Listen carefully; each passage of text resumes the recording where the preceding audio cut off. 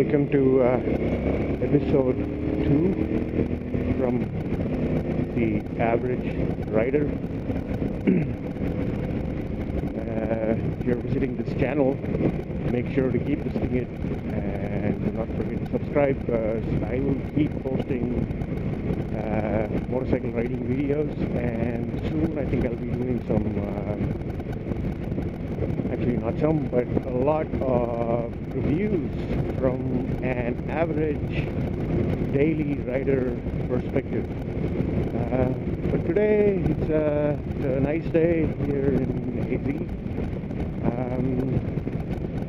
I'm doing a run to my dealer, motorcycle dealer, because I just need my motorcycle checked for small issue with the speedometer. Nothing major. The bike runs fine, and I'm not that proficient with checking the full electricals yet. I'm still learning about this bike, so maybe this time let them fix it.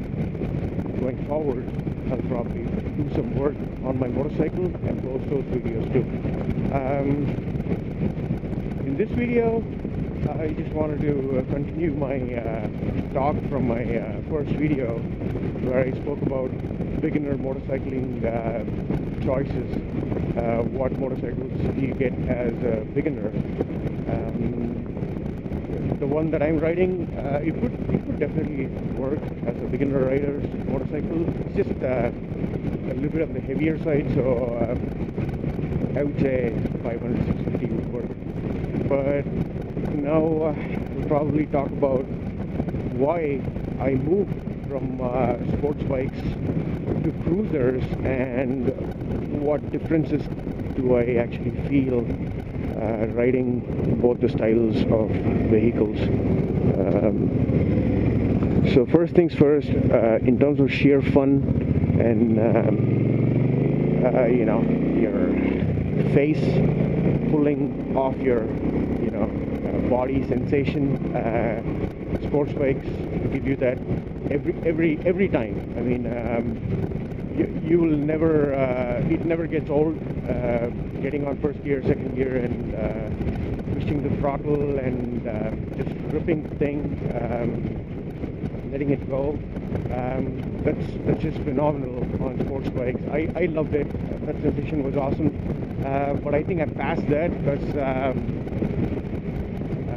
I know that feeling doesn't get old, but I did get older and a little bit more mature, and my riding tastes have become a lot more geared towards utility more than performance. Because all said and done, I've done one track day with both my sports bikes that I've owned, and in all honesty, a majority of the riders out there who want to own sports bikes, you're never going to see the track. You're going to own it, ride all day, back and forth in town, highway, and you're pretty much going to be done with that. And because track, they are a different animal when it comes to driving them on the track, and you really need to be very good to take them on the track. But we're talking about road riding, the normal, daily commuter, and for me, sports bikes, they just ended up being a little bit uncomfortable. I rode them for close to 8 years now. I've been riding sports bikes, but the one thing that I've realized that over time is the pressure point is right here on the wrists. When you lean forward, and your body is going to put a lot of pressure, and when you're doing city limit speeds, it's just 30 miles, 35, 45, depending on which city you live in, that's not a lot of speed for your body weight, for the wind to literally lift you from the bike, so that it kind of negates the pressure that you're putting on your wrists, which kind of sucks that you have to keep riding them on the highway all the time, and if you are not living close to a decent highway, which, you know, minimum 65, 75, it's a pain after some time. It's fun, they look good, they have the performance, and you know, you can really zoom around, but guess what, you cannot, I mean, I would not recommend doing illegal speeds anytime. I've never oversped in my life, and I'm kind of a safe driver there. You know, it's okay. A lot of my friends call me, you know, hey man, you drive like a grandpa. But guess what? I would rather live to ride another day than try to speed and kill myself. So, because, you know, I have a family and I want to be there for them, but at the same time I want to enjoy my riding time. All right, now we've hit the highway, and I just want to kind of show that this is a cruiser, and it's 800cc. It's probably got half the horses that my sports bikes had, and you can keep up fine with all kinds of highway traffic, no matter what the weather scenario is. I'm doing fine now. I'm probably doing 75, close to 75 on this highway, and you know, it feels okay. There's nothing. There's a little bit more wind, but if I scoot down a little bit, on my sports bikes, I would really need to scoot down to get the wind away. When I'm doing speeds of, you know, 70 or over, on this bike, it's fine. You know, I can pretty much relax, and I'm doing these speeds, no issues. So the bottom line is, sports bikes, after a point of time, if you really aren't taking them on the track, they're you know, you're wasting them, and that's what I thought. I actually sold my previous sports bike to a guy whose main intention was to take it to the track, and I thought, you know what, it's probably going to have a better life, because that's what it's built for. And I started my search for a much more comfortable bike, and initially I was trending more towards the standard / sports tourer bikes. I would say I looked at the FZ6R and then the FZ8, you know, the naked bikes.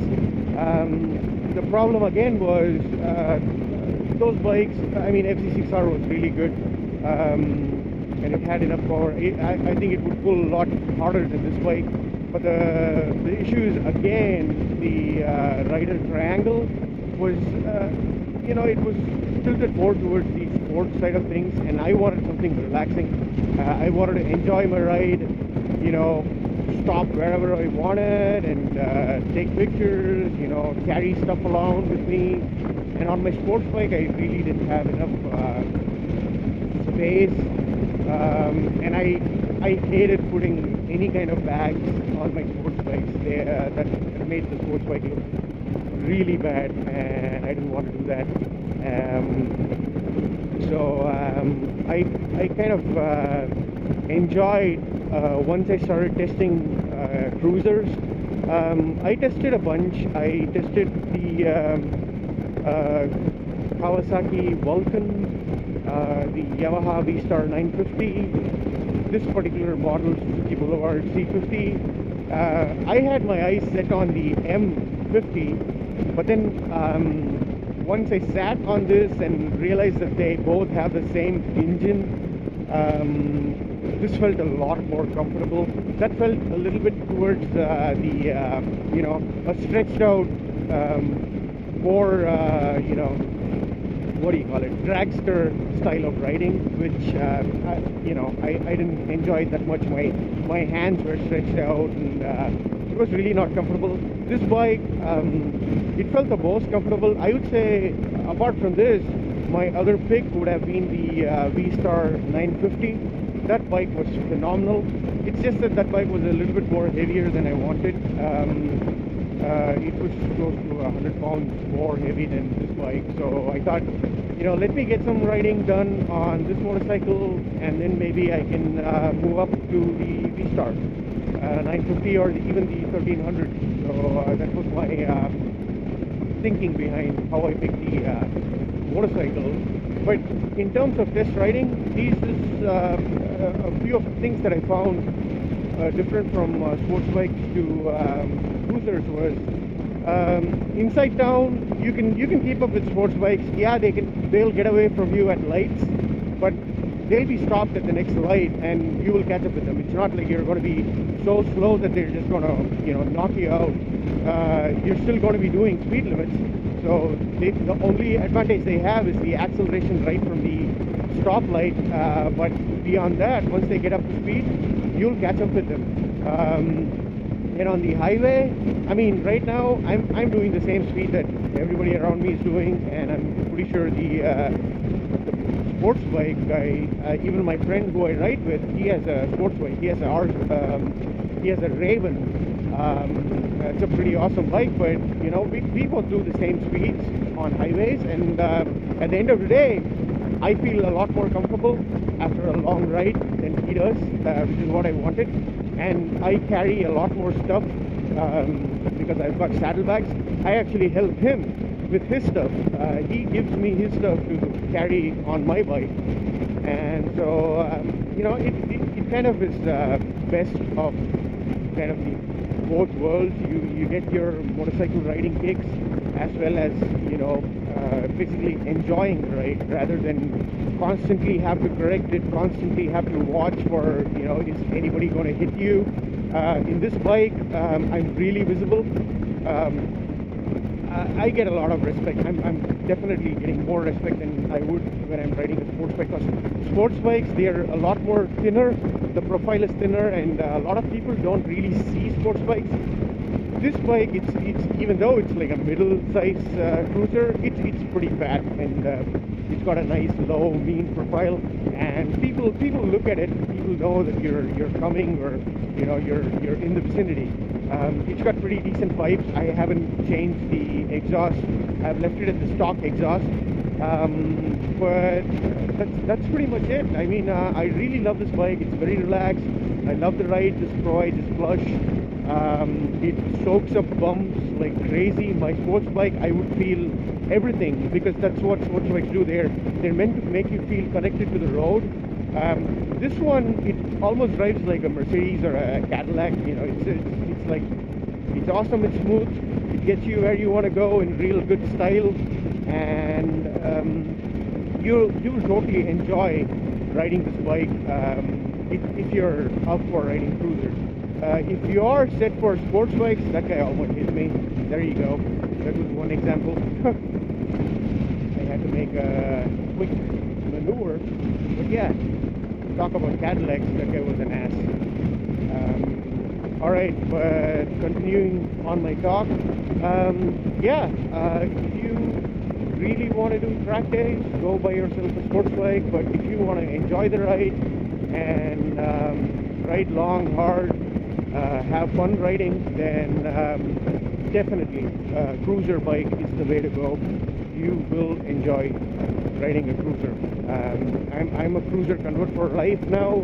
I don't think I'll ever go back to owning a sports bike, because I've tasted it, and that's not my cup of tea, or a jug of beer. Either way. But yeah, that's pretty much what I wanted to say in this video. So take care, guys, and I'll start making more videos shortly. See you until next time. Bye-bye.